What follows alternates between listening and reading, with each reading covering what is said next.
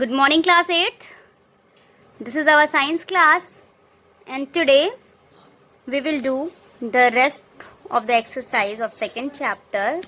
So take out your book and let's start doing the question answer.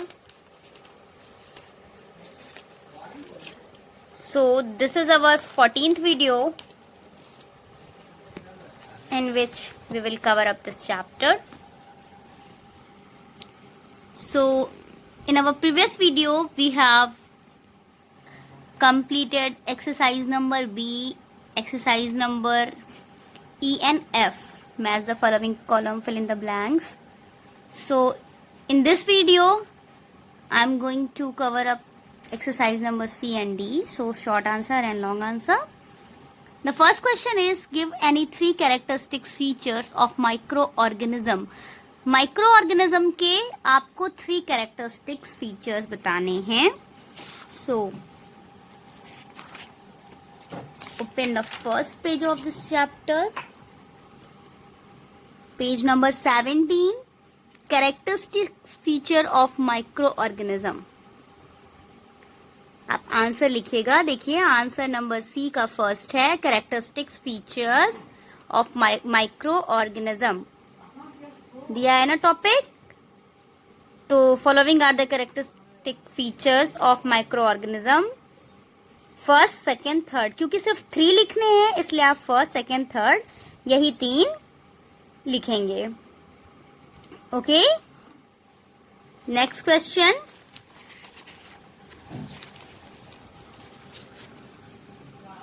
What are nitrogen fixing bacteria. Nitrogen fixing bacteria क्या होते हैं? देखिए page number 19 में, page number 19, nitrogen fixation. Answer C2. तो nitrogen fixing में देखिए, nitrogen is an important component of living organism. However we can not use it directly from the atmosphere, but a few bacteria have the ability to fix nitrogen from the air and convert it into usable form. यहां तक लिखना है. And then after आप देखिए, you can see these can fix nitrogen. These can fix nitrogen from the air and convert it into soluble nitrates legumes in the soluble nitrates which are used by the plants to make proteins. ठीक है. तो पहले आपको nitrogen is an important component से लेके usable form तक लिखना है और उसके बाद आप लिखेंगे these can fix nitrogen से लेके make proteins तक. नेक्स्ट क्वेश्चन है, what are yeast and molds. Page number 20. Page number 20 पे देखिए आंसर सी का थर्ड मिलेगा आपको. यीस्ट टॉपिक है और मोल्ड टॉपिक है. यीस्ट यहां से लेके कंप्लीट करके up to 4 years. Molds are multi cellular fungi से लेके सेंटीमीटर लॉन्ग तक. ये आंसर 3 है आपका, यहां तक लिखना है. फिर क्वेश्चन नंबर 4 है, what are protozoa. Page number 21, protozoa. Answer C4. These are unicellular microorganisms. Most of them can be seen under a microscope. They are found in water as well as in damp places. यहां तक लिखना है. Okay. These are unicellular से लेके damp places तक. Next है, list any 2 ways in which protozoa are useful. तो सबसे पहले आप क्वेश्चन से लिखेंगे, protozoa are useful in following ways. पहले आपको लिखना है protozoa are useful in following ways. And then page number 22 में देखिए यहाँ पे लिखा हुआ है यूजफुल प्रोटोजोआ. तो आप वहां तक लिख लीजिए फॉलोइंग वेज. उसके बाद लिखिएगा, being simple animal, simplest animal, they are use in laboratories for research, और protozoa are use in waste water treatment, यहाँ से लेके ऑर्गेनिक मैटर तक. ठीक है. ये आपका आंसर 5th है. Question number 6, give any 2 uses of algae. दो यूजेस बताने हैं आपको एल्गे के। तो देखिए, two uses of algae are, two uses of algae are. सबसे फर्स्टली लिखेंगे आप इन मेडिसिन, इन मेडिसिन, ये कंप्लीट लाइन यहां से यहां तक लिखिएगा। और उसके बाद एज फूड, तो लैमिनेरिया यहां से स्टार्ट करेंगे आप, और उसके बाद फाइनल फॉर द फिशेस, मतलब 1 2 3 ये आपको तीनों लाइंस लिखनी है, ठीक है। इन मेडिसिन ये वाली कंप्लीट लाइन आपको लिखनी है, एंड देन एज फूड आपको ये तीनों लाइन कंप्लीट करनी है। Okay, this will be 6th answer, ये आपका अब यहाँ कंप्लीट होता है। Let's do exercise number D, long answer type question. The first question is discuss different shape and sizes of bacteria. आपको डिफरेंट शेप और साइज को डिस्कस करना है बैक्टीरिया का। तो once again we will open the first page of this chapter. Answer D का first देखिए, different shapes and size of bacteria, different shape and sizes of bacteria, ये heading डाल के ये कंप्लीट करना है पहले।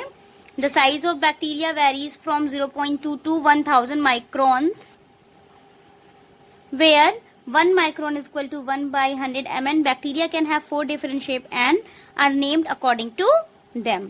ठीक है, पहले ये लिखेंगे, उसके बाद फिर 1 2। फर्स्ट है राउंड शेप्ड, ये पूरा कंप्लीट करना है। सेकेंड है रॉड शेप्ड, ये पूरा कंप्लीट करना है यहाँ तक। पेज टर्न करेंगे। नेक्स्ट आता है आपका स्पाइरल शेप्ड, ये पूरा कंप्लीट करना है यहाँ तक। एंड देन आता है कॉमा शेप्ड, ये आपको कंप्लीट करना है। तो फर्स्ट सेकेंड थर्ड फोर्थ आपको चारों ही लिखने हैं, डिफरेंट शेप एंड साइजेस, ठीक है। सेकेंड क्वेश्चन है, give any 6 uses of bacteria, 6 uses of bacteria. तो सबसे पहले आप लिखेंगे आंसर में the 6 uses of bacteria are, the 6 uses of bacteria are. देखिए, आप प्रोडक्शन ऑफ फूड लिख लीजिएगा, प्रोडक्शन ऑफ फूड यहां से लेके यहां तक। नाइट्रोजन फिक्सेशन को मत लिखिएगा क्योंकि ये बहुत लंबी आंसर हो जाएगा आपके लिए। तो आप सिर्फ first, third, fourth, fifth, sixth, seventh, आपको 6 यूजेस लिखने हैं। प्रोडक्शन ऑफ फूड पूरा एक्सप्लेन करना है। डिकम्पोजिशन ऑफ डेड ऑर्गेनिज्म, ये भी आप एक्सप्लेन करेंगे। डाइजेशन इन एनिमल्स, ये भी आप पूरा कंप्लीट एक्सप्लेन करेंगे। फर्मेंटेशन, ये भी आपको कंप्लीट लिखना है। Synthesis of vitamin in human beings, ये भी आप यहां से लेके यहां तक लिखेंगे। And then last, antibiotics are the medicine से लेके help of bacteria. Okay, next question है, discuss how protozoa are useful and how are they harmful. Page number 22, page number 22 देखिए, आंसर डी 3, आंसर डी का 3, protozoa are useful as, protozoa are useful as food for aquatic animal like fish, molluscs,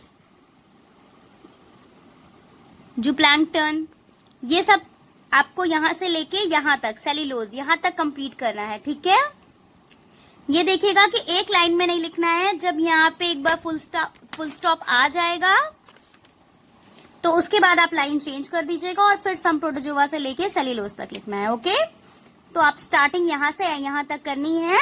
full stop के बाद जब पहला ये complete हो जाएगा तो आप एक लाइन लेफ्ट करके फिर उसके नीचे से लिखेंगे। हेडिंग मत डालिएगा, सॉरी पॉइंट मत करिएगा इसे।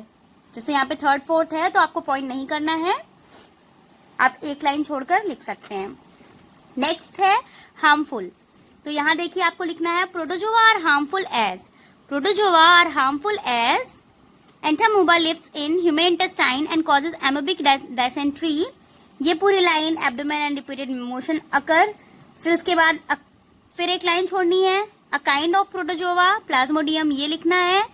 फिर उसके बाद थर्ड है protozoa giardia causes diarrhoea in human being, ठीक है। आप चाहें तो बस इसे ये कर दीजिएगा, ये स्टार बना दीजिएगा या एनीथिंग, ठीक है। ऐसे यहाँ पे भी कर सकते हैं आप जब आंसर लिखिएगा तो, ठीक है। ये आपके लिए इस तरह आप करके लिख सकते हैं पॉइंट करके।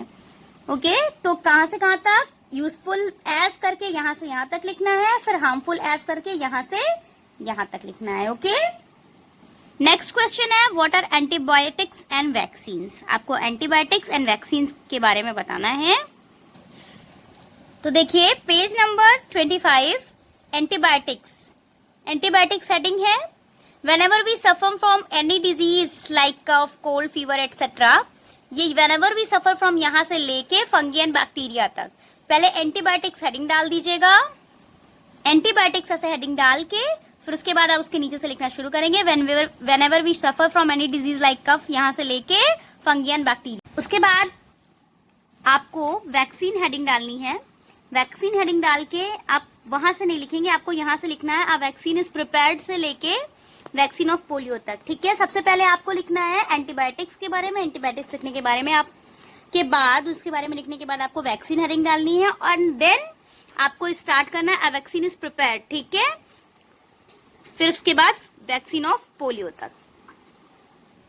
नेक्स्ट क्वेश्चन है what is food poisoning, how can we preserve food, discuss in 3 ways. तो ये हमारा क्वेश्चन जो है ये कई पार्ट्स में डिवाइडेड है। तो चलिए सबसे पहले करते हैं what is food poisoning. Answer D का 5 है। Food poisoning occurs when people or animal consume food contaminated with harmful bacteria, bacterial toxins or harmful chemicals. ठीक है, आंसर 5th का फर्स्ट पार्ट है, इसलिए मैंने यहाँ पे लिख दिया है आंसर 5-1। ठीक है, ये आंसर 5th का फर्स्ट पार्ट है। इसे आप फूड पॉइजनिंग से लेके हार्मफुल केमिकल्स तक लिखेंगे। क्वेश्चन था how can we preserve food.